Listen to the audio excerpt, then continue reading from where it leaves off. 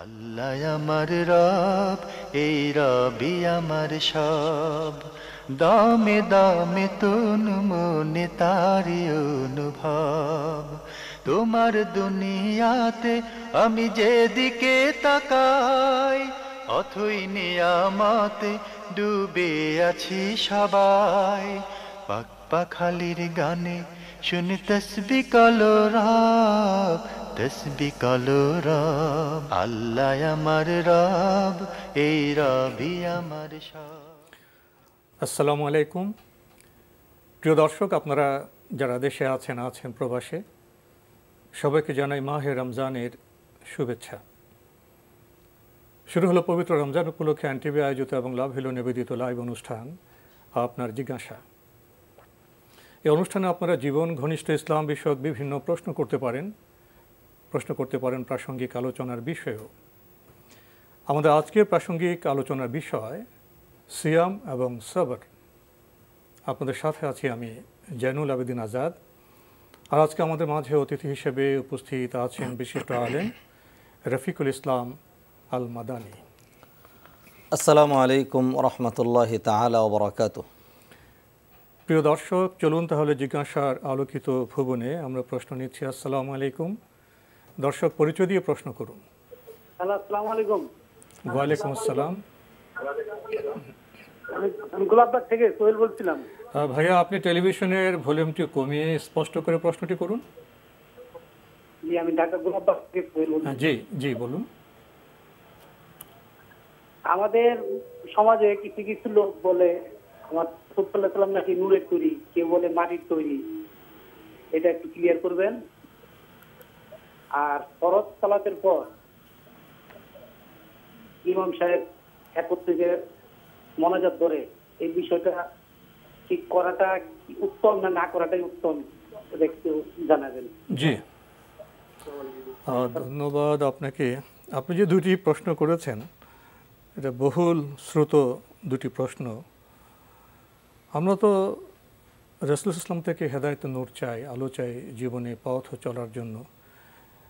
সে বিষয়ে আপনার প্রশ্ন নয়। আপনার প্রশ্ন হলো সমাজে কেউ বলছেন রাসূল ইসলাম নূরের তৈরি, কেউ বলছেন মাটির তৈরি, অর্থাৎ তার সৃষ্টিগত যে বৈশিষ্ট্য সে নিয়ে প্রশ্ন। জি, কি বলবেন? আল্লাহ সুবহানাহু ওয়া তাআলা কোরআনে কারিমে আজকে ভাই যে প্রশ্ন করেছেন, এই প্রশ্নের জবাব কিন্তু দিয়ে দিয়েছেন। আল্লাহ সুবহানাহু ওয়া তাআলা সূরা কাহফের সর্বশেষ আয়াতে বলছেন, কুল, হে নবী আপনি বলে দিন, ইন্নামা আনা বাশারুন মিসলুকুম, আমি একজন মানুষ মালি হলো আল্লাহ সুবহানাহু ওয়া তাআলা বলেছেন, লাকাদ খালাকনাল ইনসানা মিন সলসলিন কাল ফাখার। আল্লাহ সুবহানাহু ওয়া তাআলা মাটি দিয়ে মানুষকে তৈরি করেছেন। তো এইখানে আল্লাহ সুবহানাহু ওয়া তাআলা বলছেন, হে নবী আপনি বলুন আমি একজন মানুষ, মিসলুকুম তোমাদের মতোই মানুষ। নবী আমাদের মতোই মানুষ। এতে কিন্তু আবার এটা হয় না যে তাহলে কি আমাদের আর নবীর মাঝে কোনো পার্থক্য নেই? অবশ্যই পার্থক্য রয়েছে। পরের আয়াতে বলে দেওয়া হচ্ছে, ইউহা ইলাইয়া, আমি সবসময় ওহী দ্বারা গাইডেড, আমার কাছে ওহী আসে। রিসালাতের কারণে মর্যাদা অতি উচ্চ। রিসালাত ছাড়াও দেখুন আমাদের সমাজেই আমাদের প্রাইম মিনিস্টার, তার মর্যাদা এবং একজন সাধারণ মানুষের মর্যাদা এক নয়। অতএব আল্লাহ রাসূল সাল্লাল্লাহু আলাইহি সাল্লাম তিনি নবী সাইয়্যিদুল মুরসালিন রাহমাতুল আলামিন, আল্লাহর পরেই তার মর্যাদা ঠিক, কিন্তু তিনি যেহেতু মানুষ হওয়ার কারণে তিনি মাটির তৈরি, তিনি বান্দা হিসেবে তার মর্যাদা সর্বোচ্চ। জি, যদি তাকে নূরের তৈরি সাব্যস্ত করা হয় তাহলে তাকে মর্যাদা দেওয়া হয় না, বরং তাকে হেয় প্রতিপন্ন করা হয়। নূরের তৈরি ফেরেশতা কি আদম ইসলামকে সিজদা করেন? যে সেটাই কথা। এই জন্যই যে আহলুস সুন্নাত ওয়াল জামাতের আকীদা হলো মানুষের মর্যাদা ফেরেশতাদের চেয়ে বেশি, যদি প্রকৃত মানুষ হয়। যদি মানুষ হয় না, এমনি কমন মানুষদের মর্যাদা, মানে সাধারণ মানুষ হিসাবে যে অ্যাজ এ হোল মানুষের মর্যাদা ফেরেশতাদের চেয়ে বেশি। আবার মানুষের মধ্যে যারা নাকি বিশেষ পুরুষ, যেমন আম্বিয়া কেরাম, তাদের মর্যাদা বিশেষ ফেরেশতাদের চেয়েও বেশি, যেমন জিবরাইল, মিকাইল, ইসরাফিল। আর মানুষ যদি মানুষ না হয় তাহলে হায়াওয়ান, পশুর তো অদম হয়, সে তো শয়তানের চেয়েও খারাপ। তো এই প্রসঙ্গে তাহলে কি আমরা এটা বলবো, সৃষ্টিগত সত্তার দিক থেকে নবী সাল্লাল্লাহু আলাইহি ওয়াসাল্লাম অবশ্যই মাটির তৈরি, কিন্তু তিনি হেদায়েতের নূর। অতএব মানে যেহেতু রাসূলের তৈরির প্রশ্নটি, তিনি কি নিয়ে আসছেন এবং তার থেকে আমরা কি পাচ্ছি, এই প্রশ্নটি ভাই জানতে চাচ্ছেন না। এটা সম্পর্কিত। জি, তিনি জানতে চাচ্ছেন তিনি কিসের তৈরি হিসাবে হাদিসে আল্লাহ রাসূল সাল্লাল্লাহু আলাইহি ওয়াসাল্লাম বলে দিয়েছেন জিনদেরকে আগুন দিয়ে তৈরি করা হয়েছে এবং ফেরেশতাদেরকে তৈরি করা হয়েছে নূর দিয়ে আর মানুষকে সৃষ্টি করেছে মিম্মা ওয়াসিফা লাকুম, অর্থাৎ যেমন বলে দেওয়া হয়েছে মাটি থেকে। অতএব আল্লাহ রাসূল সাল্লাল্লাহু আলাইহি ওয়াসাল্লামের পিতৃপুরুষ, তার মা, তার সন্তানাদি, তার আত্মীয় স্বজন সবাই মাটির ছিলেন, তিনি মানুষ ছিলেন, তিনি খাবার দাবার করতেন। কাফেররা বলতো মালি হাদা রাসূল, কীরকম রাসূল ইয়াকুলুত তাআম, খাওয়া দাওয়া করে, ওয়ামশি ফিল আসওয়াক। যেহেতু খাওয়া দাওয়া করে এতে বোঝা যাচ্ছে মাটির, কারণ নূরের তৈরি ফেরেশতাদের খাবার দাবার নেই। আর আপনার যে হেদায়েতের নূর, এই জন্য এটা আপনার সামনে পেশ করলাম। আমরা লক্ষ্য করে আমাদের সমাজে অনেকে হেদায়েতের নূর এই জিনিসটাকে ট্রান্সফার করে এটাকে নিয়ে যায় উনি তো নূরের তৈরি। এই জন্য এই বিষয়ে আমাদের বোধহয় সতর্ক থাকা দরকার। সৃষ্টিগতভাবে তিনি মাটির তৈরি, আর অবশ্যই তিনি হেদায়েতের নূর। ওনার দ্বিতীয় প্রশ্নটি, ফরজ সালাতের পরে ইমাম সাহেবের সাথে যে সম্মিলিত মোনাজাত করা হয় এটা ঠিক আছে কিনা? সালাত এটি বিচ্ছিন্ন কোনো ইবাদত নয়। আল্লাহ রাসূল সাল্লাল্লাহু আলাইহি ওয়াসাল্লাম নিজে ইমাম ছিলেন, যতদিন তিনি ছিলেন তিনিই সালাত আদায় করতেন। একবার অসুস্থতার কারণে তিনি ঘরে ছিলেন, আবু বকর রাদিয়াল্লাহু তাআলা আনহু সালাত আদায় অনুমতি দেওয়া হয়েছে। এরপর যখন আল্লাহ রাসূল সাল্লাল্লাহু আলাইহি ওয়াসাল্লাম আসলেন, আবু বকর পিছনে চলে আসলেন। তো আল্লাহ রাসূল পুরো জীবন তিনি সালাত আদায় করে দেখিয়েছেন। একটি সিঙ্গল হাদিস দিয়ে এটি প্রমাণিত নেই যে ফরজ সালাতের পরে সালাম ফেরানোর সাথে সাথে নবীজি সাল্লাল্লাহু আলাইহি ওয়াসাল্লাম সবাইকে নিয়ে দোয়া করেছেন, এর সপক্ষে কোনো দলিল নেই। মানে সম্মিলিত দোয়ার মোনাজাতের উদাহরণ নবী সাল্লাল্লাহু আলাইহি ওয়াসাল্লামের জীবনে নেই, সাহাবাদের জীবনে নেই। কিন্তু আল্লাহ রাসূল সাল্লাল্লাহু আলাইহি ওয়াসাল্লামের জীবনে সালাম ফেরানোর পরে অসংখ্য আমল রয়েছে, আমরা সেগুলো করার পর এরপরে কেউ যদি দোয়া করতে চায় তখন তিনি করতে পারেন ব্যক্তিগতভাবে। আমরা একটি টেলিফোন নিচ্ছি। আসসালামু আলাইকুম, দর্শক পরিচয় দিয়ে প্রশ্ন করুন। আসসালামু আলাইকুম। ওয়ালাইকুম আসসালাম। আমি ঢাকা থেকে উর্মি। জি বলুন। আমার আম্মু 7 মাস আগে রোড অ্যাক্সিডেন্ট হয়, ওনার অপারেশন করা হয় পায়ে। তো এসে ওনার কোমরে একটু ব্যথা আছে। যদি নামাজ পড়তে গেলে নর্মালি চেয়ারে বসে পড়তে হতো, আর এখন অপারেশনের কারণে ওনার নামাজ পড়তে কষ্ট হয়। এই জন্য উনি যদি শুধুমাত্র 4 রাকাত ফরজ নামাজ পড়ে তাহলে কি ওনার নামাজ আদায় হয়ে যাবে, নাকি যেমন জোহরের নামাজ আমরা নর্মালি 10 রাকাত পড়ি উনি পুরোটাই পড়তে হবে, বা 5 ওয়াক্ত নামাজ শুধুমাত্র যদি ফরজ নামাজ পড়ে তাহলে নামাজ আদায় হয়ে যাবে? আপনার প্রশ্নটা আমরা পেয়েছি। আর কি কোনো প্রশ্ন আছে? ধন্যবাদ। জি হুজুর, উনি যদি এখন রোজা রাখতে না পারে, ওনার রোজা রাখতে খুব কষ্ট হয়, 10টা রোজা করছেন, অসুস্থ হয়ে গেছে, এরপরে কি আরো মানে রোজা এখনই রাখতে হবে নাকি পরে রাখলেও চলবে? আপনি খুবই সুন্দর প্রশ্ন করেছেন। আর কি কোনো প্রশ্ন আছে? আর আমার ভাইয়ের নাম আব্দুল্লাহ সিয়াম, ওর ডাকনাম সিয়াম। আমার আব্বু বলে যে সিয়াম ডাকলে নাকি বাচ্চারা খুব জেদি হয় আর দুষ্ট হয়, কিন্তু সিয়াম না ডাকতে এই নামটা কি ভালো নাকি না রাখাই, না এই নামে না ডাকাই ভালো? ধন্যবাদ আপনাকে, আপনি খুবই গুরুত্বপূর্ণ প্রশ্ন করেছেন। ওনার আম্মু দুর্ঘটনায় পড়েছেন, নামাজ পড়তে কষ্ট হয়, শুধু ফরজ নামাজ পড়লে হবে কিনা, আর রোজার কি অবস্থা হবে? রোজা উনি রেখেছেন 10টা, কষ্ট হয় খুব। জি, আল্লাহ সুবহানাহু ওয়া তাআলা আপনার আম্মুকে সুস্থ করে দিন। আর আল্লাহ সুবহানাহু ওয়া তাআলা যদি কাউকে কোনো রোগ ব্যাধি অথবা অসুস্থতা বিপদ আপদ দেন, এতে মন খারাপ করার কিচ্ছু নেই, আল্লাহ সুবহানাহু ওয়া তাআলা এর মাধ্যমে গুনাহ মাফ করেন। আর ওনার যেই সলাতের বিষয়টি, যেহেতু সলাত আদায় করতে কষ্ট হয়, ফরজ সলাতটাই উনি আদায় করবেন। ফরজ আদায় করলেই তো ফরজ হয়ে গেল, আর সুন্নতগুলো যখন তিনি সুস্থ হবেন তখন তিনি পড়বেন। অতএব তিনি যদি শুধু ফরজটা আদায় করতে পারেন তাহলে এটি চলবে ইনশাআল্লাহ। আর এমনিও যদি কোনো সুস্থ মানুষ তাড়াহুড়ার কারণে অথবা মাঝে মধ্যে কোনো অলসতার কারণে কোনো প্রয়োজনে সুন্নত ছেড়ে দিল, আর ট্রেন ধরবে, বাস ধরবে, সুন্নতটা ছেড়ে দিল, তাহলেও কিন্তু কোনো গুনাহ নেই। আর তিনি তো অসুস্থ, তো সুতরাং তিনি সুন্নত ছেড়ে দিতে পারেন, শুধু ফরজ নামাজ আদায় করলে চলবে। আর তিনি যেহেতু এই মুহূর্তে অসুস্থ, সুতরাং যদি সিয়াম পালন করতে তার সমস্যা হয় তাহলে সিয়ামের বিষয়টি একটু পিছিয়ে নিতে হবে, এর জন্য ফিদিয়া দিলে চলবে না, যেহেতু তিনি সুস্থ হওয়ার সম্ভাবনা আছে। অতএব তিনি যখন সুস্থ হবেন তখন তিনি নিজে এখন যে করে রোজা ভাঙবেন, পরে তিনি নিজে এগুলো কাজা করে রেখে দিবেন। জি, আমরা জানলাম। প্রিয় দর্শক, ওনার একটি প্রশ্ন, সিয়াম নাম রাখা হয়েছে, এতে খুব জেদি হয়ে যায়, এই নাম রাখা ঠিক না, এরকম মন্তব্য কি ঠিক?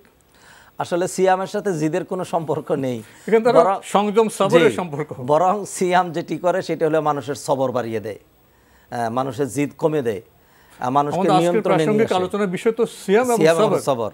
তো সুতরাং সিয়াম নামটি খুব সুন্দর, আপনারা এই নামে ডাকতে পারেন।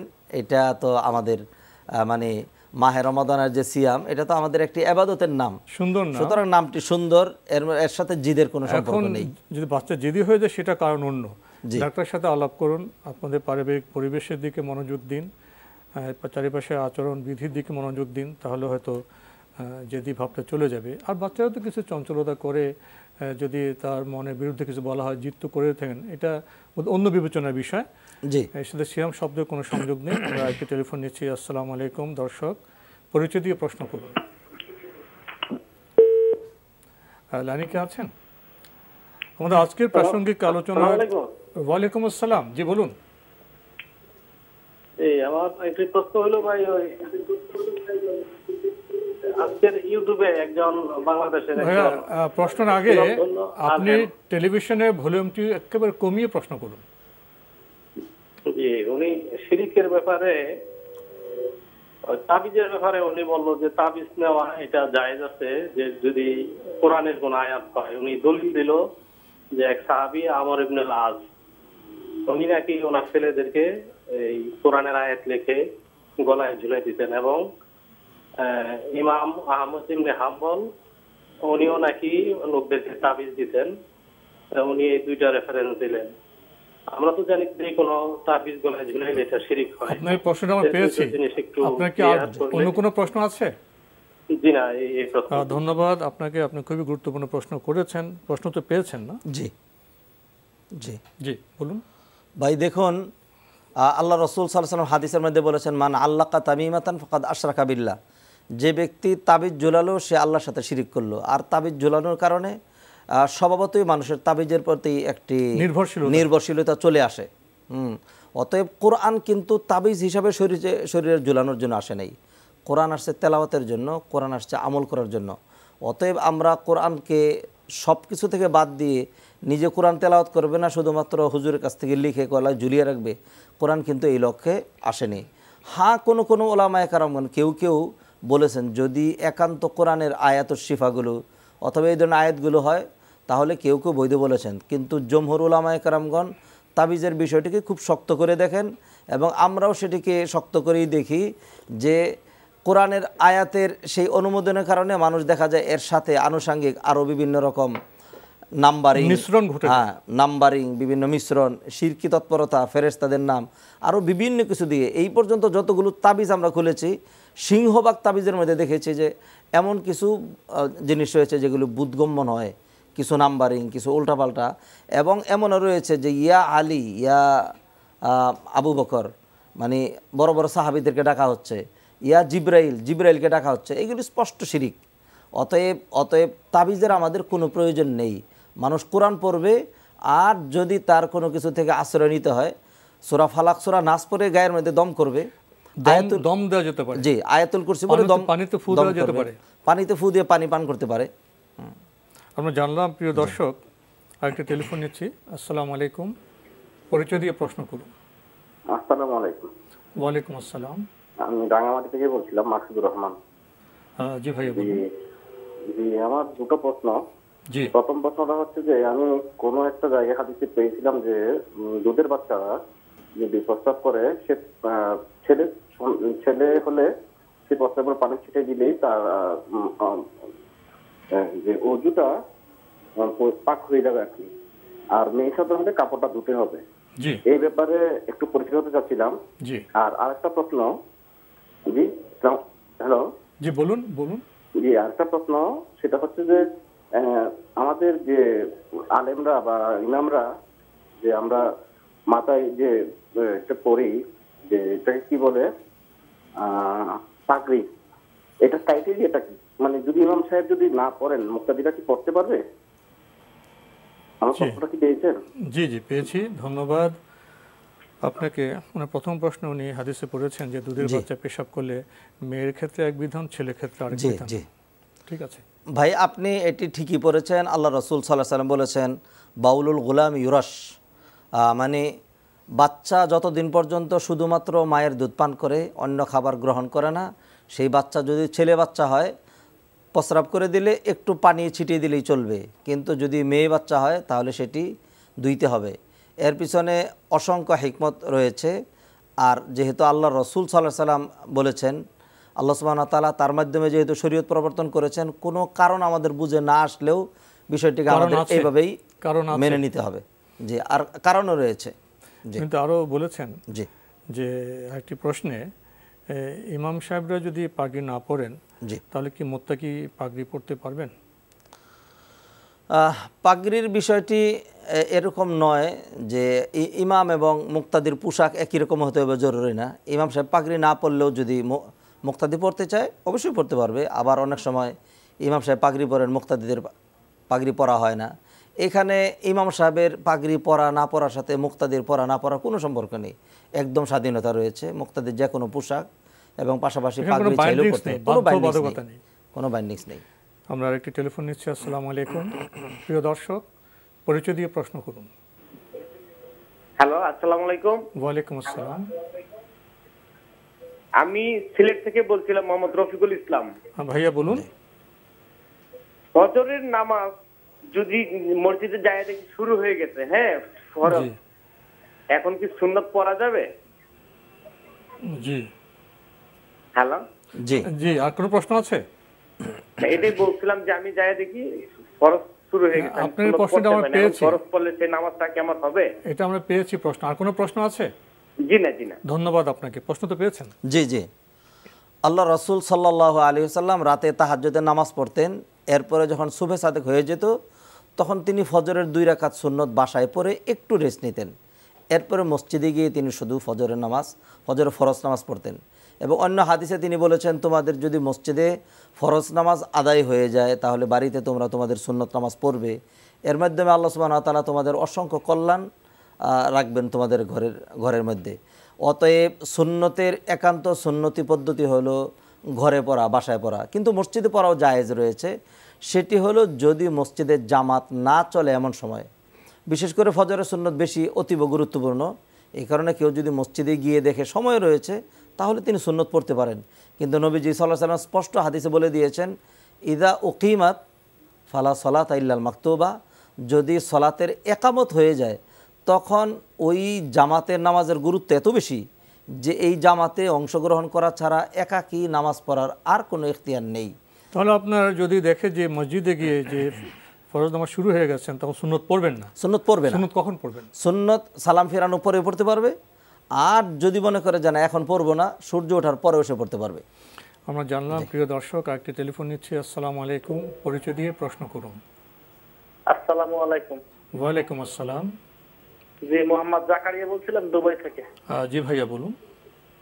জি, ওই হুজুর এই একটা প্রশ্ন বলছিল উত্তর, যে আল্লাহ পাক যদি কারোর রোগ দেয় সেটা আল্লাহ পাকের রহমত, কিন্তু যারা সুদ খায়, ঘুষ খায়, এদের ব্যাপারে কি হইবে? ধন্যবাদ।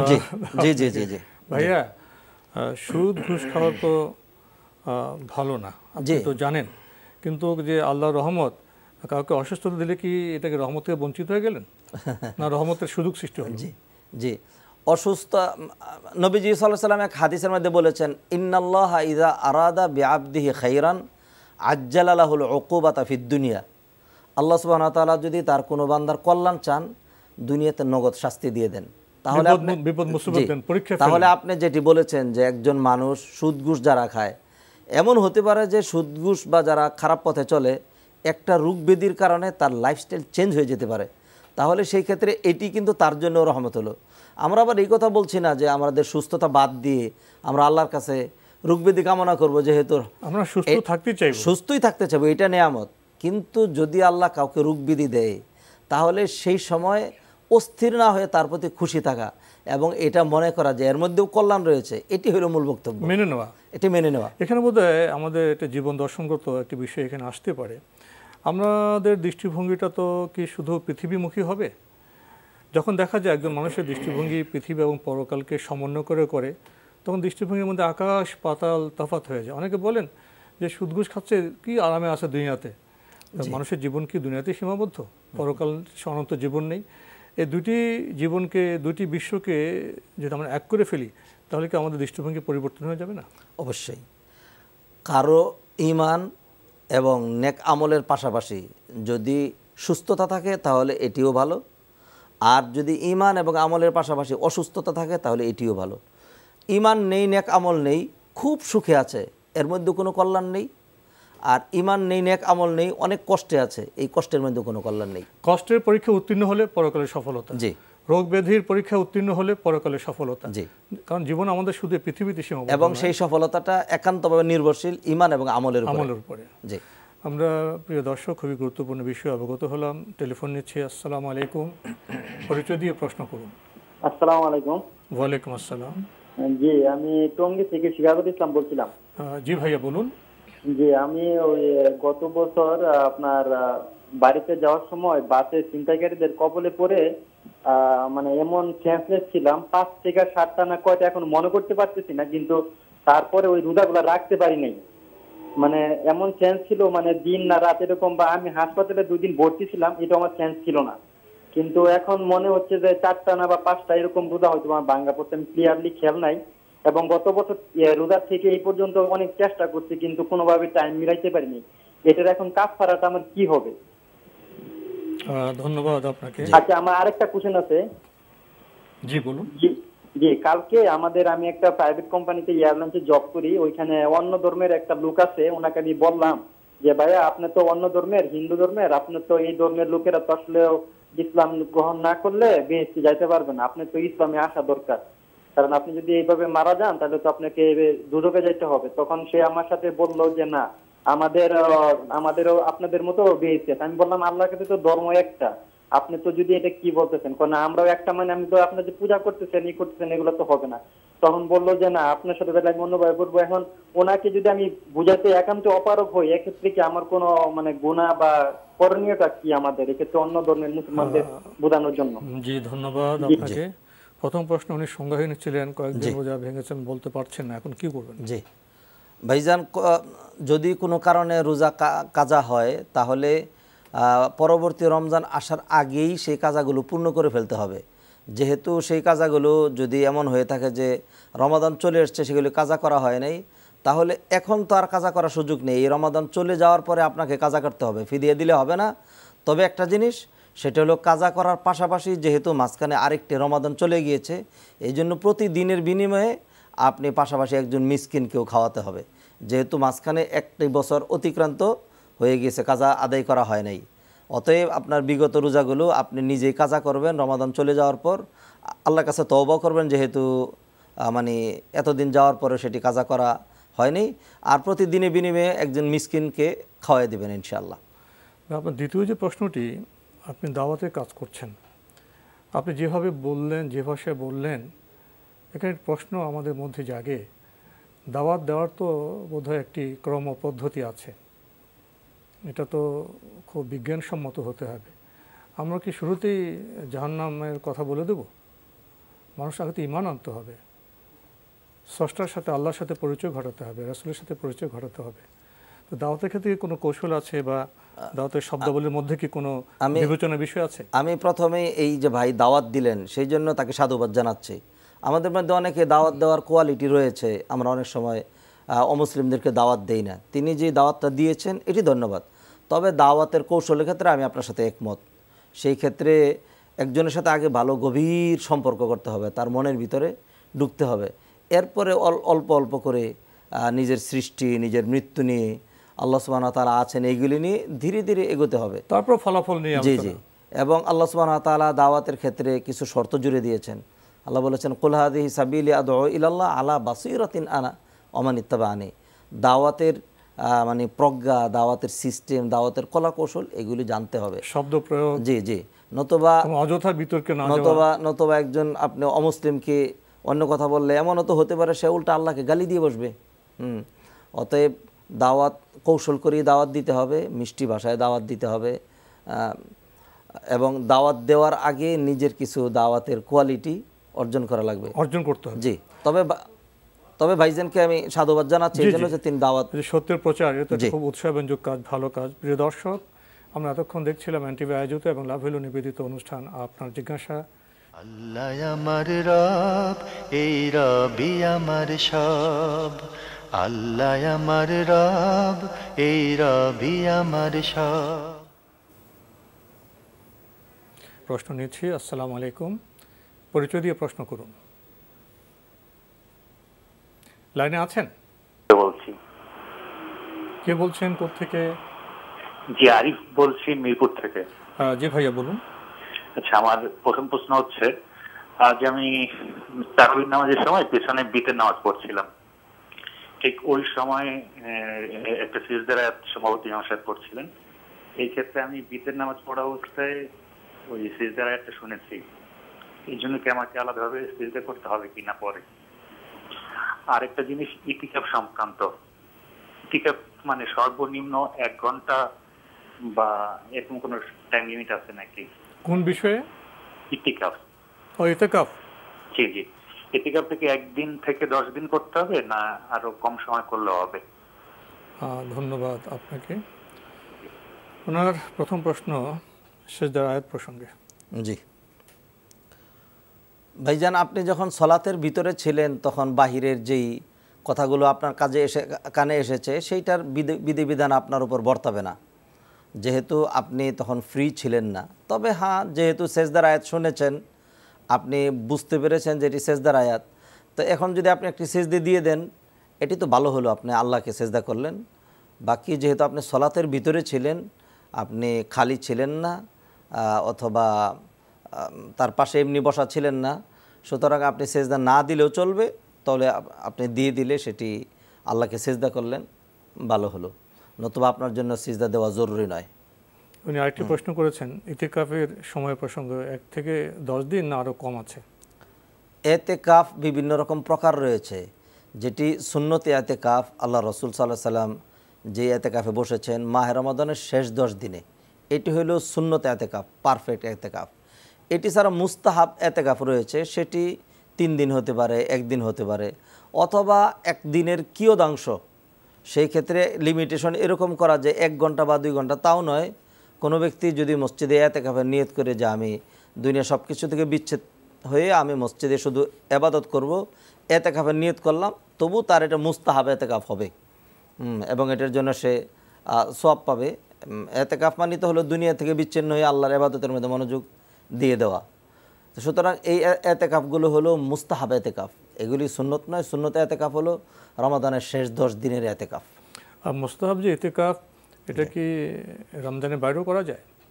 এটা যে কোনো সময় মানুষ যদি মসজিদে ঢুকে, সেই মসজিদের সাথে এর সাথে সিয়ামের কোনো সম্পর্ক নেই, যে কোনো সময়। যে কোনো সময়। আমরা খুবই গুরুত্বপূর্ণ বিষয়ে অবগত হলাম। প্রিয় দর্শক, টেলিফোন নিচ্ছি। আসসালামু আলাইকুম, পরিচয় দিয়ে প্রশ্ন করুন। আসসালামু আলাইকুম। ওয়ালাইকুম আসসালাম রাহমাতুল্লাহ। ওয়ালাইকুম আসসালাম। জি ভাইয়া বলুন। আমি ওস্তাদ নতুনদিকে আব্দুল হাকিম বলছি। জি বলুন। আমার প্রশ্ন একটু অন্য ধরনের, যে টেলিভিশনের ভলিউমটি কমিয়ে প্রশ্ন করুন। যে আমার এক মামা হজে গেছে, উনি ওইখানে প্রতিদিনই আমরা জানাজার নামাজ পড়ছে, কিন্তু ওইখানে কোন জানাজার নামাজ ওই আলহামদুলিল্লাহ পড়ে নাই দূরে, কিন্তু আমাদের আঙ্গুল লাগা পড়ে। এটা নিয়ে তর্ক হয়েছে, এটা কি শুধু বাংলাদেশ দূরে পড়বো না সৌদিও পড়বো, এটা কি আছে সঠিক নাকি নাই? জি জি, আর প্রশ্ন আছে? আর কোনো প্রশ্ন আছে? একটা প্রশ্ন হলো, আমার একান্ত ব্যাপার, এই প্রশ্ন হলো, এই এনসিপির ধর্ম থেকে আমি এই চ্যানেলটা অনেক ভালোবাসি, কিন্তু এই চ্যানেলের মধ্যে একমাত্র ইসলামী সঠিক কথা দিতে পাই, কিন্তু যে গানের অনুষ্ঠান কম দিয়া ইসলামী অনুষ্ঠান একটু বেশি দিলে আমরা সবাই খুশি হইতাম। ধন্যবাদ আপনাকে। আপনি তো খুবই গুরুত্বপূর্ণ প্রশ্ন করেছেন। উনি গিয়ে দেখেছেন আমরা মামা হজে গিয়ে জানাজার পদ্ধতি বাংলাদেশে একরকম, ওখানে একরকম, সূরা ফাতিহা পড়া না পড়া, কোনটি সঠিক? আল্লাহ রাসূল সাল্লাল্লাহু আলাইহি সাল্লাম হাদিসের মধ্যে ইরশাদ করেছেন, লা সলাতা লিমান লাম ইকরা বিফাতিহাতিল কিতাব, যে সূরা ফাতিহা পড়বে না তার সলাত হবে না। যেহেতু এটিকে জানাজার নামাজ বলা হচ্ছে, এই জন্য অধিকাংশ উলামা ইকরাম, ইমাম মালিক, ইমাম শাফি, ইমাম আহমদ ইবনে হাম্বল এবং অন্যান্য অনেক ইসলামিক স্কলাররা বলেছেন জানাজার নামাজেও সূরা ফাতিহা লাগবে, নতুবা জানাজার নামাজ হবে না। অন্যদিকে আবার কিছু ওলামায়ে কেরামগণ যেমন হানাফি মাযহাবের ওলামায়ে কেরামগণ তারা মনে করেন জানাজার নামাজটা এটা নামাজ না, এটা হলো দোয়া মাইয়েতের জন্য। অতএব যদি যেটি আল্লাহর হামদ, আল্লাহর প্রশংসা হয় এমন অন্য দোয়াও যদি পড়ে তাহলেও হবে। তো সেই জন্য এই ধরনের বিষয়গুলো যেখানে ইখতিলাফ রয়েছে সেখানে এইগুলি নিয়ে বাড়াবাড়ি না করার পরামর্শ দিচ্ছি। তবে সূরা ফাতিহা পড়া বেশি উত্তম হবে, ভালো হবে, যেহেতু জানাজাটাকে আমরা জানাজার নামাজই বলে থাকি। অতএব সানার পাশাপাশি সূরা ফাতিহা পড়াটা বেশি উত্তম। তবে কেউ যদি মাযহাবের অনুসরণ করে সূরা ফাতিহা না পড়ে তার জানাজা হবে না, সেই কথাও বলার কোনো সুযোগ নেই। আপনার পরের যে বক্তব্যটি সেটি আসলে তেমন কোনো প্রশ্ন নয়, আপনি দৃষ্টি আকর্ষণ করেছেন। আপনি বলেছেন এনটিভির ইসলামী অনুষ্ঠান আপনার খুবই প্রিয়, আপনি খুব ভালোবাসেন। পাশাপাশি আপনি এই যে গানের অনুষ্ঠান বা অন্যান্য অনুষ্ঠান যেটা আপনার বিবেচনা মনে হয়েছে ইসলামসম্মত নয়, সেটা বাদ দেওয়া যায় কি না ভাই, এই বিষয়ে তো আমরা কর্তৃপক্ষ নই। আপনার মনোভাব আপনি এনটিভি কর্তৃপক্ষকে জানাতে পারেন, আশা করি তারা বিবেচনা করে দেখবেন। আমরা আরেকটি টেলিফোন নিচ্ছি। আসসালামু আলাইকুম। দর্শক, পরিচয় দিয়ে প্রশ্ন করুন। আসসালামু আলাইকুম ওয়া রাহমাতুল্লাহি ওয়া বারাকাতুহু। ওয়ালাইকুম আসসালাম ওয়া রাহমাতুল্লাহ। জি বলুন। জি, সম্মানিত মুহতারাম, আমার প্রশ্ন হলো জুমার নামাজের আগে 2 রাকাত করে আমরা সুন্নাত পড়ি। রাসূল সাল্লাল্লাহু আলাইহি ওয়াসাল্লাম জুমার নামাজের পরে 4 রাকাত মসজিদে নামাজ পড়তেন। ওই 4 রাকাত কি 2 রাকাত করে 4 রাকাত পড়তেন আলাদা করে, নাকি একসাথে 4 রাকাত পড়তেন? জি। আর দ্বিতীয় প্রশ্ন হলো ওই রাসূল সাল্লাল্লাহু আলাইহি ওয়াসাল্লাম মাটির তৈরি, এটা কোরআন কারিমে একাধিক জায়গায় উল্লেখিত। এখন যদি কোনো আলেম, যদি কোনো খতিব যদি বলেন নূরে মুজাসসাম রাসূল সাল্লাল্লাহু আলাইহি ওয়াসাল্লামকে সম্বোধন করে, তাহলে ওই ইমামের পিছনে আমাদের ইক্তেদা সঠিক হবে কিনা? ধন্যবাদ আপনাকে। আপনি খুবই গুরুত্বপূর্ণ প্রশ্ন করেছেন। জুমা নামাজ প্রসঙ্গে পরের যে 4 রাকাত সুন্নত নামাজ রাসূল ইসলাম একসাথে 4 রাকাত পড়তেন না 2 করে পড়তেন? জি, সম্মানিত ভাই, আপনি যে কথাটি বলেছেন আল্লাহ রাসূল সাল্লাল্লাহু আলাইহি সাল্লাম মসজিদে 4 রাকাত সুন্নত নামাজ পড়তেন জুমার পরে, এই কথাটি ঠিক নয়। কারণ আল্লাহ রাসূল সাল্লাল্লাহু আলাইহি সাল্লাম মসজিদে কখনো সুন্নত নামাজ পড়েননি। জুমার নামাজের পরে তিনি বাসায় ফিরেই সলাত আদায় করতেন। জুমার ফরজ সলাতের পরে কয় রাকাত সলাত পড়া হবে, কয় রাকাত সুন্নত, এবং এই নামাজটি সুন্নতে মুআক্কাদা, 2 রকম হাদিস রয়েছে। একটি হাদিসে রয়েছে 4 রাকাত, আরেকটি হাদিসে রয়েছে 2 রাকাত। আর 4 রাকাত সলাতের ক্ষেত্রে এটি যেহেতু দিনের নামাজ, সুন্নত নামাজ, একসাথে যদি কেউ 4 রাকাতের নিয়ত করে কোনো অসুবিধা নেই। আবার আলাদা আলাদা যদি কেউ 2 রাকাত করে 4 রাকাত পড়তে চায়, সেটিরও অবকাশ রয়েছে। এই ধরনের প্রশ্নে আমরা যেন প্রান্তিকতার শিকার না হই। 4 রাকাত সলাতকে এক নিয়তে পড়া যাবে, যেহেতু দিনের নামাজ। রাতের নামাজের ক্ষেত্রে আলাদা নিয়ম। নবীজি সাল্লাল্লাহু আলাইহি সাল্লাম বলে দিয়েছেন সলাতুল লাইলি মাসনা মাসনা, রাতের নামাজ 2 রাকাত করেই হতে হবে। দিনের সুন্নত নামাজ এক নিয়তে 4 রাকাত হতে পারবে। কোনো কোনো আলেম বলে থাকেন যে মসজিদে পড়লে 4 রাকাত, বাসায় পড়লে 2 রাকাত সুন্নত। এই বক্তব্য কেমন? হ্যাঁ, এটা অত্যন্ত সুন্দর বক্তব্য।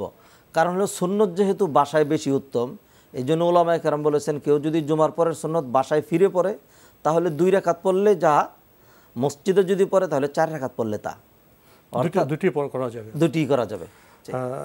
ভাই, আপনি দ্বিতীয় যে প্রশ্নটি করেছেন এই বিষয়ে একটু আগে আমরা কথা বলেছি যে আপনি জেনেছেন যে পবিত্র কোরআনের আলোকে রাসূল সাল্লাল্লাহু আলাইহি ওয়াসাল্লাম মাটির তৈরি। এখন কোনো ইমাম যদি তাকে নূরের তৈরি বলেন, তাহলে সেই ইমামের পেছনে নামাজ পড়া যাবে কি? আসলে দেখুন ভাই, আমরা যারা আল্লাহ রাসূল সাল্লাল্লাহু আলাইহি সাল্লামকে নূরের তৈরি অথবা নূরে মুজাসসাম বলে, আমরা তাদের ব্যাপারে খুব কঠিন বক্তব্য দিতে চাচ্ছি না। এই জন্য অনেকে হয়তো তার ভালোবাসার কারণে অথবা রাসূলকে বেশি সম্মান করার কারণে, আবেগের কারণে এই আয়াতগুলোর একরকম ব্যাখ্যা করে, যেহেতু কোরআনে আল্লাহ বলছেন ক্বাদ জাআকুম মিনাল্লাহি নূরুন, যেহেতু আল্লাহ রাসূল হেদায়েতের নূর নিয়ে আসছেন, এটাকে তারা সরাসরি নূর একটি অপব্যাখ্যার মধ্যে তারা শামিল, ভুল ব্যাখ্যার মধ্যে। অতএব এই ধরনের যারা কি বুঝতে ভুল রয়েছে অথবা ব্যাখ্যা রয়েছে তার কাছে, তাদের এই ব্যাখ্যাটুকুনের কারণে তার পিছনে সলাৎ আদায় করা যাবে না, ব্যাপারটি এমন নয়।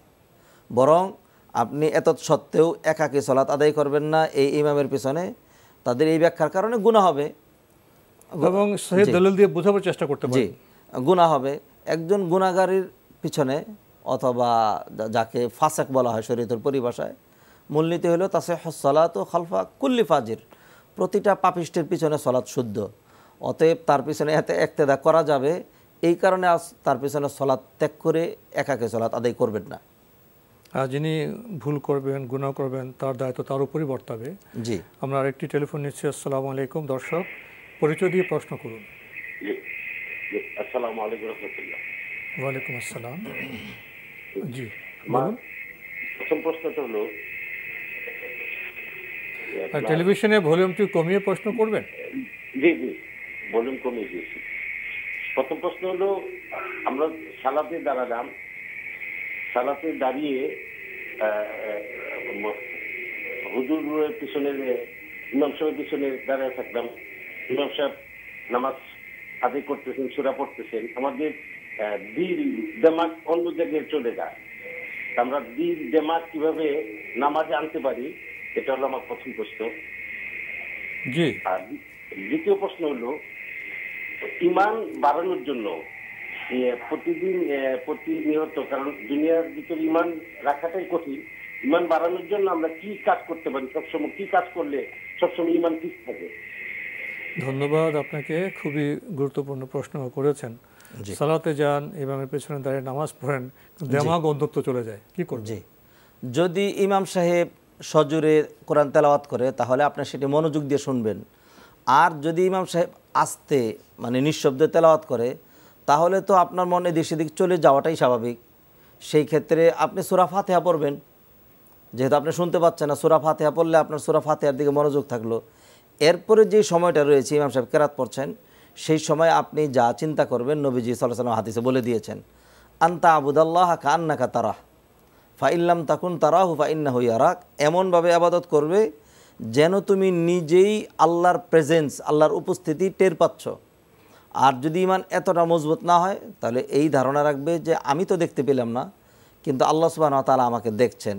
অতএব আপনি যদি আপনার মনে এই ধারণা রাখেন যে আল্লাহ আমার দিকে তাকিয়ে আছেন, আল্লাহ আমাকে দেখছেন, আপনি আপনার মৃত্যুর কথা স্মরণ করেন, আপনি সলাতের ভিতরে আছেন, এইগুলি ভাবেন, তাহলে ইনশাআল্লাহ ধীরে ধীরে মনোযোগ থাকবে। তবে সলাত এমন এক বিষয়, আপনি যতই চেষ্টা করবেন 100% মন এখানে ধরে রাখতে পারবেন না, একটু এদিক সেদিক যাওয়ার চেষ্টা করবেন। পরে কি উনি মনে মনে অন্য কোনো সূরা পড়তে পারেন? না, ইমাম সাহেবের পিছনে শুধু সূরা ফাতিহা পড়ার বিধান রয়েছে, অন্য কোনো কেরাত করার বিধান নেই। নামাজ নিয়ে ভাবেন বা সূরা ফাতিহা কি বলা হয়েছে সেটা নিয়ে ভাবতে পারেন। জি।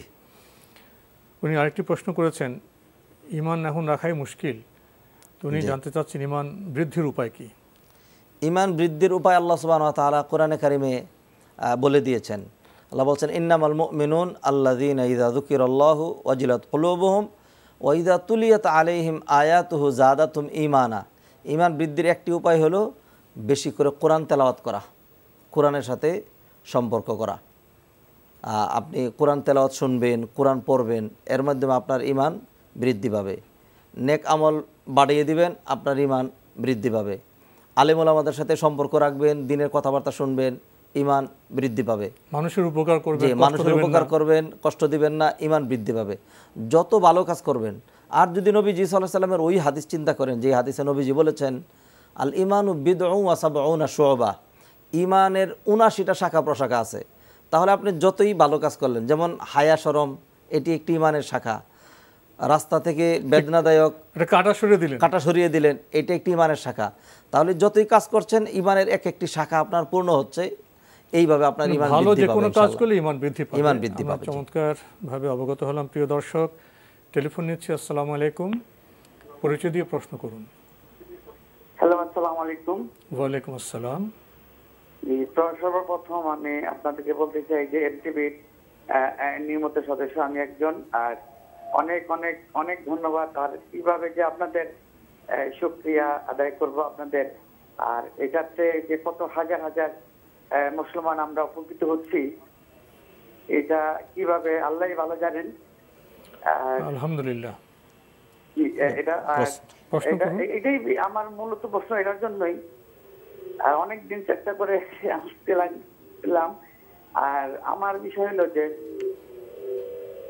আমি যেমন ফেতরা দিতে হয়, আমার ছেলে সন্তান যারা আছে তারা তাদেরকে কিভাবে ফেতরা দিব আর কতদিন পর্যন্ত আমি গার্জিয়ান হিসেবে দিব, এটা বিষয় আর কত করে আসছে পার মাথা পিছু, এটা বিষয় এতটুকুই।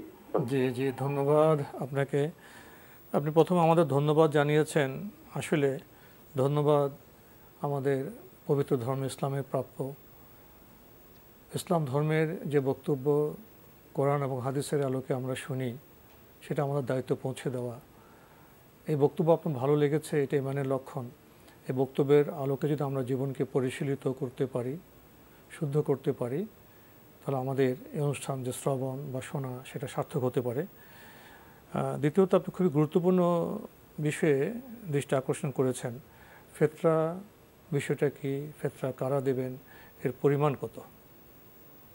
জি, ফেতরার সম্পর্ক ভাই সিয়ামের সাথে, এবং এর সময়টা হলো ঈদ যখন গলিয়ে আসে, ঈদের আনন্দ যেন সবার জন্য সার্বজনীন হয়, সেই জন্য আল্লাহ সুবহানাহু ওয়া তাআলা এই ফিতরা প্রবর্তন করেছেন। এখানে দুটো লক্ষ্য উল্লেখ করা হয়েছে হাদিসের মধ্যে। একটা হলো তুহরাতান লিস সিয়াম ওয়া ফারহাতান লিল মাসাকিন, মানে সিয়ামের ত্রুটি বিচ্যুতি এগুলো পরিশুদ্ধ হওয়ার জন্য, এবং যারা হীন দরিদ্র রয়েছে তাদের মনে যেন আনন্দ ফুটে সেই জন্য। আব্দুল্লাহ ইবনে ওমর রাদিয়াল্লাহু তাআলা হাদিস বর্ণনা করেছেন, ফারাদ রাসূলুল্লাহ সাল্লাল্লাহু আলাইহি ওয়াসাল্লাম যাকাত আল ফিতরি সাআম মিন তামার আও সাআম মিন শাঈর আলাল আবদি ওয়াল হুর ওয়াল যাকার ওয়াল উনসা as-সাগীর ওয়াল কাবীর মিনাল মুসলিমিন, মানে মুসলমানদের ছোট হোক বড় হোক, স্বাধীন হোক গোলাম হোক কৃতদাস হোক, মুসলিম হোক নারী হোক, সবার উপরেই আল্লাহ রাসূল সাল্লাল্লাহু আলাইহি ওয়াসাল্লাম 1 সওয়া পরিমাণ ফিতরা এটি ওয়াজিব করেছেন। 1 সওয়ার পরিমাণ নিয়ে উলামাদের মাঝখানে আধুনিক মাপের সাথে সওয়া ছিল আল্লাহ রাসূল সাল্লাল্লাহু আলাইহি ওয়াসাল্লাম যুগের একটি টুকরি, মাপের একটি একক, এবং সেটার পরিমাণ অনুকূলামে বলেছেন সেটা হলো যে যারা নাকি মানে স্বাভাবিক গড়নের মানুষ, তাদের 2 হাত একত্রিত করে একসাথে এরকম 4 বার উঠাইলে যে পরিমাণ উঠে সেটার পরিমাণে আধুনিক মাপে উলামায়ে কেরাম বলেছেন 2.5 কেজি থেকে সেটা 3.5 কেজি পর্যন্ত। অতএব মাথাপিছু আপনি খাদ্য হিসাবে যদি চাল দেন, তাহলে ধরুন 2.5 কেজি হিসাবে যদি আপনি প্রত্যেকের মাথাপিছু দিয়ে দেন, তাহলে আপনার ফিতরা আদায় হয়ে যাবে। সামর্থ্য একটু কম হলে গমও দিতে পারেন। জি, গমও দিতে পারেন, যে কোনো খানা দিতে পারেন। এটা কমপক্ষে 2.5 কেজি, 2.5 কেজি, 2.5 থেকে 3.5 কেজি, 2.5 থেকে 3.5 কেজি। জি, প্রতি মাথাপিছু এই অর্থটা দিতে হবে, বা এই খাদ্যটা দিতে হবে। খাদ্য দিতে হবে। আমাদের সমাজে তো অর্থ দিতে হবে। যে খাদ্য দিলে আর কোনো ইখতিলাফ বা মতানৈক্য থাকে না, সবার মতে খাদ্য দিয়ে আদায় হবে। তবে অনেকে কিন্তু দ্বিমত পোষণ করেছেন যে অর্থ দিয়ে দেওয়ার ব্যাপারটা। শাইখুল ইসলাম ইমাম ইবনে তাইমিয়া তিনি একটি মাঝামাঝি পন্থা বলেছেন। তিনি বলেছেন যদি অর্থ দিয়ে দেওয়াটা বেশি মাসলাহাত, বেশি উপকার হয়, সুবিধাজনক হয়, তাহলে অর্থ দিয়ে দিলেও চলবে। আর নতুবা এমনি মানুষের সুবিধার জন্য যদি খাদ্য হয়, তাহলে খাদ্যটা দেওয়াই বেশি উত্তম, যেহেতু আল্লাহ রাসূল খাদ্য দিয়ে দিয়েছেন, সাহাবায়ে কেরাম খাদ্য দিয়ে ফিতরা আদায় করেছেন। পরিবারে 5 জন আছে, জি, স্বামী স্ত্রী, ছোট শিশু এবং কাজের মেয়ে। তো কি প্রত্যেকের জন্য ফিতরা দিতে হবে? প্রত্যেকের পক্ষ থেকে ফিতরা দিতে হবে। কাজের মেয়ে তার জন্য দিতে হবে। জি, যেহেতু এই কাজের মেয়ের ভরণ পোষণ খাবার দাবার সবকিছু ওনার উপরেই বর্তাচ্ছে। একটা ঘরের যতগুলো মানুষ রয়েছে যাদের দায় দায়িত্ব তার উপর, সবার ফিতরা তার পক্ষ থেকে আদায় করতে হবে। শহরে তো এখন আপনার বাঁধা আপনার কাজের লোক খুব কম পাওয়া যায়, ছুটা 2-3 ঘন্টার জন্য এসে যায়। হ্যাঁ, যদি এরকম ছুটা হয় অথবা চাকরিজীবী হয় যে আলাদা বেতন নিয়ে নিজেরটা নিজে বেয়ার করে, যদি এমন হয় তাহলে তার দায়িত্ব বর্তাবে না। যদি বাধা কাজের মেয়ে হয় যে এর কাপড় চোপড় খাবার দাবার পরিবারের সদস্যের মতো, তাহলে তার ফিতরা দিতে হবে। তো সে পরিবারের যে কর্তা তাকে দিতে হবে। জি, ফিতরার সময়টা কেমন? এটা কি 1 সপ্তাহ আগে দেওয়া যাবে, না ঈদের আগের দিন দেওয়া যাবে, না জামাতে যাওয়ার আগে? রাসূল সাল্লাল্লাহু হাদিসের মধ্যে বলে দিয়েছেন, না আব্দুল্লাহ ইবনে ওমর রাদিয়াল্লাহু আনহু যেমন হাদিস বর্ণনা করেছেন, ওয়া আমারা আন তুআদ্দা বিহা ক্বাবলাল খুরুজ ইলা সালাহ, সালাতে যাওয়ার আগে এটি আদায় করা, এটা হলো একদম পারফেক্ট সময়। পারফেক্ট সময়টি হলো ঈদের চাঁদ যখন উঠে, চাঁদ ওঠার পর থেকে ঈদের নামাজের আগ পর্যন্ত, এটি হলো একদম মুস্তাহাব সময়। তবে এর 1-2 দিন 3 দিন এই সময় দিয়ে দেওয়া, 2-3 দিন আগে দিয়ে দেওয়া, এটা জায়েজ ওয়াক্ত রয়েছে। তবে কোনোভাবে এখানে একটু একটু আপনার মানে খুব একটু শক্ত মনোভাবের জন্য দেওয়া হয়, বেশি আগে না দেওয়ার ব্যাপারে খরচ করে ফেলবে বলে ফিতরার যে লক্ষ্য ঈদের দিনকে যেন অভুক্ত না থাকে, প্রত্যেকটা ঘরের জন্য খাদ্য থাকে, সে লক্ষ্য পৌঁছানো যেতে পারে। এই জন্য আপনি যেটা বলেছেন যে চাঁদ রাত থেকে জামাতে যাওয়ার আগ পর্যন্ত এটা হলো মুস্তাহাব, তার এটা উত্তম, তার 1 দিন বা 2 দিন আগে দেওয়া যেতে পারে, ওটা হলো জায়েজ ওয়াক্ত। জায়েজ, কিন্তু বেশি আগে যাওয়াটা বোধহয় ঠিক না, বেশি আগে যাবে না। আমরা প্রিয় দর্শক জানলাম আরেকটি টেলিফোন এসেছে। আসসালামু আলাইকুম, পরিচয় দিয়ে প্রশ্ন করুন। ওয়ালাইকুম আসসালাম ওয়া রাহমাতুল্লাহি ওয়া বারাকাতুহু। আমি রাজবাড়ী থেকে আনোয়ার হুজুর। জি ভাইয়া বলুন। জি, দোয়া চাই আর শুকরিয়া। এই পুরো মাস বহুত চেষ্টা করে এখন পেলাম। প্রথম ওই হলো শায়েখ সাইফুল্লাহ সাহেব কেমন আছেন এটা একটু জানাবেন কাইন্ডলি। উনি তো আপনার চিকিৎসাধীন আছেন, তো সুস্থ হতে পারেননি, দোয়া করবেন। উনি একটু কঠিন অবস্থায় আছেন। কিডনির ব্যবস্থা কি হয়েছে? এখানে আমি ডিটেলস বলতে চাচ্ছি না, তবে উনি সুস্থ হননি, ওনাকে চিকিৎসা নিতে হচ্ছে। জি, বিদেশে আছেন উনি? জি জি জি জি, দোয়া করুন। আমার প্রশ্ন হলো তারাবির দোয়া 4 রাকাত পর পর যে দোয়া, এটা কোনো হাদিসে আছে কিনা? আর তারাবির শেষে যে দোয়া পড়ে 4 রাকাতের পরে বা শেষে যে আল্লাহুম্মা ইন্না নাস্তাইনুকা না ইন্নাকাল জান্নাত আর কি দিয়ে পড়ে যে দোয়াটা, এটা কোনো হাদিসে আছে কিনা? জি। আর ইফতারের সময় যে সম্মিলিত দোয়া করেন, যেমন আমাদের মসজিদে ইফতারি দেওয়া হয়, সেখানে দোয়ার আগে হুজুর সম্মিলিত দোয়া করেন, যে ঠিক আছে কিনা? আর কম বেশি সব পীরেরই মুরিদরা মোটামুটি দেখা যায় শিরিকে জড়িত, কম বেশি কিছু কিছু পীর আছে যাদের শিরিক নাই। এখন কথা হলো যাকাত দেওয়ার ব্যাপারে, এই যেসব মুরিদরা শিরিকের সাথে জড়িত তাদের কি যাকাত দেওয়া যাবে কিনা? আর একটা বাইরের প্রশ্ন করবো হুজুর, আমরা মেলাদিন পরে পাইছি তো, একটু দয়া করে গ্রহণ করুন। মেহরাব মসজিদের অংশ কিনা? ইমাম কতটুকু ভিতরে দাঁড়াবেন, দেওয়ালের বরাবর নাকি দেওয়াল থেকে ভিতরে? এই একটু মাপটা যদি বলতেন দয়া করে, আমি মসজিদের একটা মসজিদ করার ব্যাপারে আমি মসজিদ কমিটিকে সহায়তা করতে পারতাম। ধন্যবাদ আপনাকে, অনেকগুলো সুন্দর প্রশ্ন করেছেন। ওনার প্রথম প্রশ্ন, তারাবির নামাজ। আল্লাহ আমার রব, এই রবি আমার সব। আল্লাহ আমার রব, এই রবি আমার সব। কয়েকটি গুরুত্বপূর্ণ প্রশ্ন করেছিলেন। প্রথম প্রশ্ন, তারাবির নামাজে 4 রাকাত পর পর যে দোয়া হয় এবং তারাবির নামাজ শেষে যে দোয়া হয়, এগুলি সঠিক কিনা? জি, 4 রাকাত পর পর তারাবির নামাজে, অথবা 2 রাকাত পর পর, অথবা তারাবির নামাজ শেষ করে, এই কোনো সময়ই নির্দিষ্ট কোনো দোয়া কোরআন সুন্নাহ অথবা সাহাবীদের আমল দিয়ে সাব্যস্ত নেই। যেহেতু সলাতুত তারাবি, এইখানে মক্কার লোকজন যে কাজ করতেন, তারা 4 রাকাত নামাজ পড়তেন খুব লম্বা করে, এরপরে গায়ের ক্লান্তি দূর করার জন্য তারা একটা তোয়াফ করতেন, আবার অনেকে হয়তো কোরআন পড়তেন, অন্যান্য কিছু দোয়া করতেন। সেখান থেকেই মানে কেউ হয়তো মানে এইভাবে ঢুকিয়ে দিয়েছে 4 রাকাতের পরে এই দোয়াটা পড়া লাগে, নতুবা 4 রাকাতের পরে। আমি নিজে তারাবি পড়াই, আমরা কখনোই 2 রাকাতের পরে 4 রাকাতের পরে কখনো কোনো দোয়া পড়ি না, নির্দিষ্ট কোনো দোয়া নাই। অতএব কোনো নির্দিষ্ট দোয়া যদি ঢুকিয়ে দেওয়া বলা হয় যে 4 রাকাতের পরের দোয়া, তাইলে সেটা বিদআত হবে। নির্দিষ্ট কোনো দোয়া নাই। রেস্ট নিচ্ছেন একজন 4 রাকাতের পরে, আবার লম্বা করে নামাজ পড়বেন, এর মাঝখানে তিনি তাসবিহ তাহলিল যে কোনো দোয়া পড়তে পারেন, উন্মুক্ত যে কোনো দোয়া যদি পড়া হয়, নির্দিষ্ট কোনো দোয়া নেই, নির্দিষ্ট কোনো দোয়া নেই, তাহলে সমস্যা নেই। কিন্তু যদি বাইন্ডিংস দিয়ে দেওয়া হয়, তাহলে নিঃসন্দেহে এটি বিদআত হবে। উনি আরো প্রশ্ন করেছেন যে আমাদের মসজিদে ইফতারের আগে সম্মিলিত দোয়া করা হয়, আবার দেখা যায় অনেক ক্ষেত্রে অনেক পরিবারে মুরব্বি হাত তুলেন, সবার সাথে দোয়া করেন, এগুলো ঠিক আছে কিনা?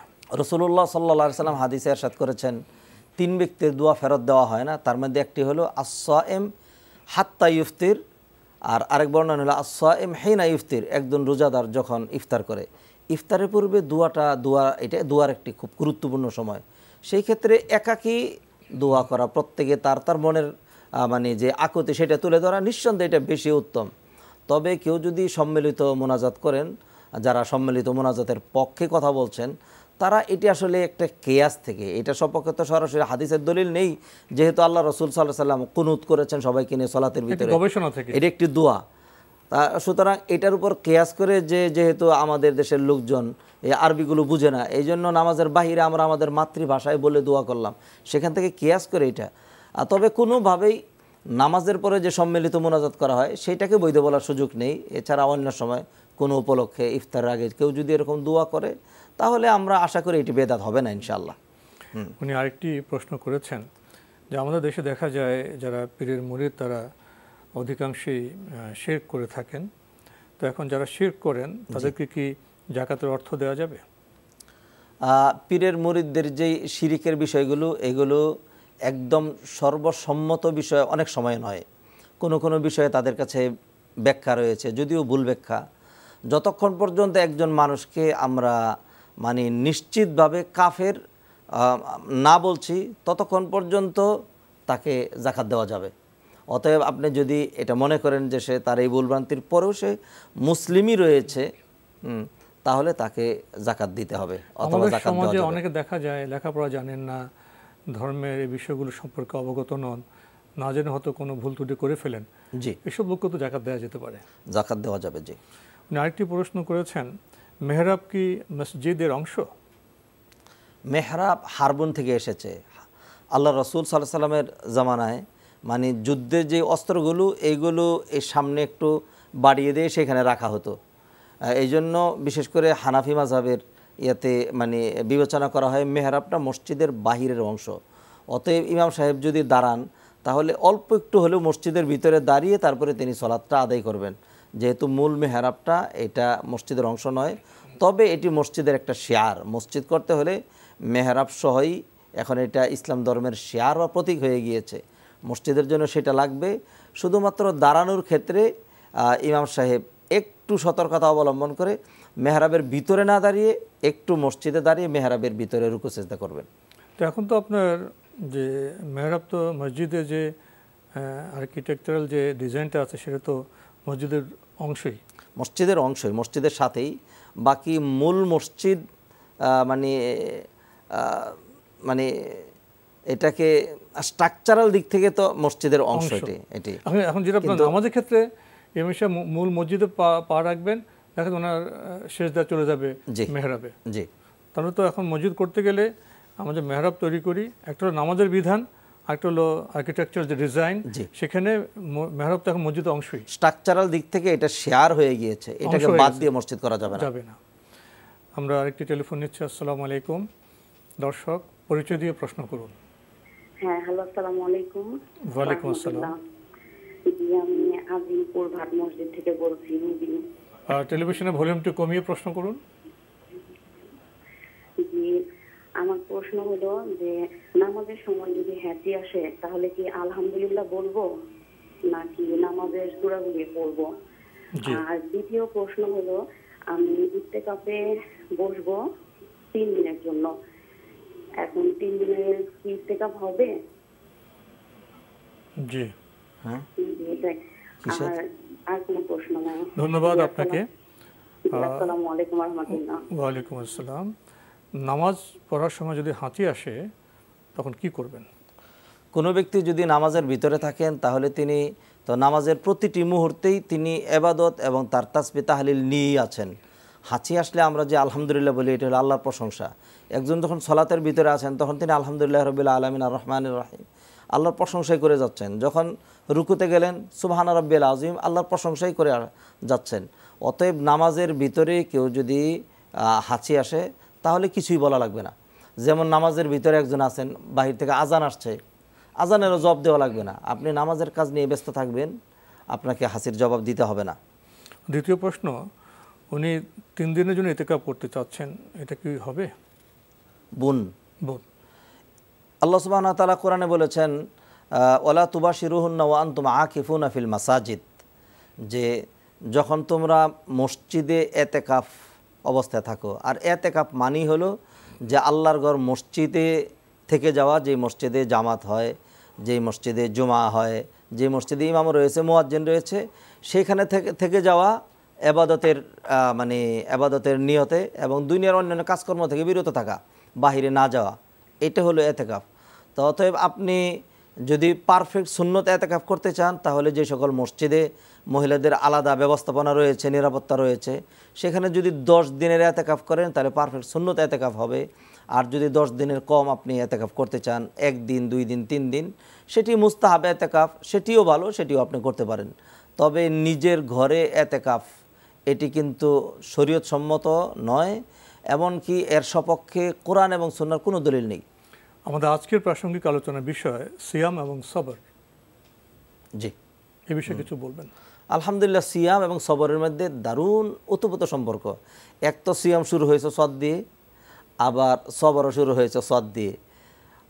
প্রতিদানের দিক থেকেও দারুণ মিল। সিয়ামের প্রতিদানের ক্ষেত্রে আল্লাহ সুবহানাহু ওয়া তাআলা জানিয়ে দেন নাই, বলেছেন আস-সাওমু লি ওয়া আনা আজজি বিহি, রোজা আমার জন্য, রোজার প্রতিদান আমি নিজ হাতে দেব, কি দিব জানাইলাম না। সবরের ক্ষেত্রেও তাই। আল্লাহ সুবহানাহু ওয়া তাআলা কোরআনে বলেছেন ইন্নামা ইউওয়াফাস সাবিরুনা আজরাহুম বিগাইরি হিসাব, যারা সবর করবে তাদের প্রতিদান দেওয়া হবে বেহিসাব। প্রতিদানের দিক থেকেও মিল। আর সবরের সাথে সিয়ামের কারণ হলো সবর ছাড়া কিন্তু সিয়াম পালন করা সম্ভব নয়। আর কেউ যদি সিয়াম পালন করে তাহলে আলটিমেটলি তার মধ্যে একটা সবর আসবে।